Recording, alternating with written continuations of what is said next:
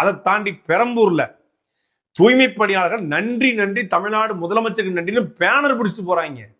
14 நாளா கண்ணீரும் கம்பளையுமாக கதறி கொண்டிருந்த தூய்மை பணியாளர்கள் என்னடா திடீர்னு நன்றி தெரிவிக்கிறாங்க தமிழ்நாடு முதலமைச்சருக்குன்னா அது உண்மையான தூய்மை பணியாளர்கள்.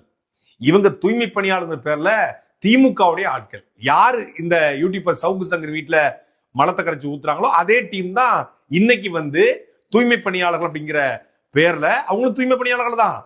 அவங்க திமுகவுடைய சார்புடைய தூய்மை பணியாளர்கள்.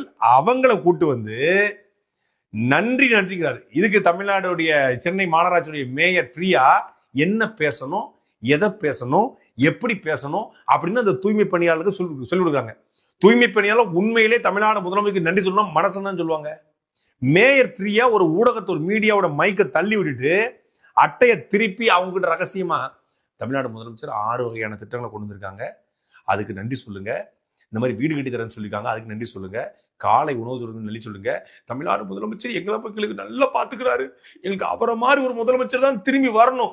இந்த அம்மா உருக பெர்ஃபார்மன்ஸ் பண்ணிட்டு இருக்கு. பின்னாடி ஒரு அம்மா திரும்பி அவர் தான் முதலமைச்சர் வரணும். அது திமுக பரம்பரை ஊப்பி போல. அத்தனையும் நடிப்பா சொல்லுல தான் நடிப்பா. இல்லை இல்லை இல்லை, ஆமாம் கோபால்.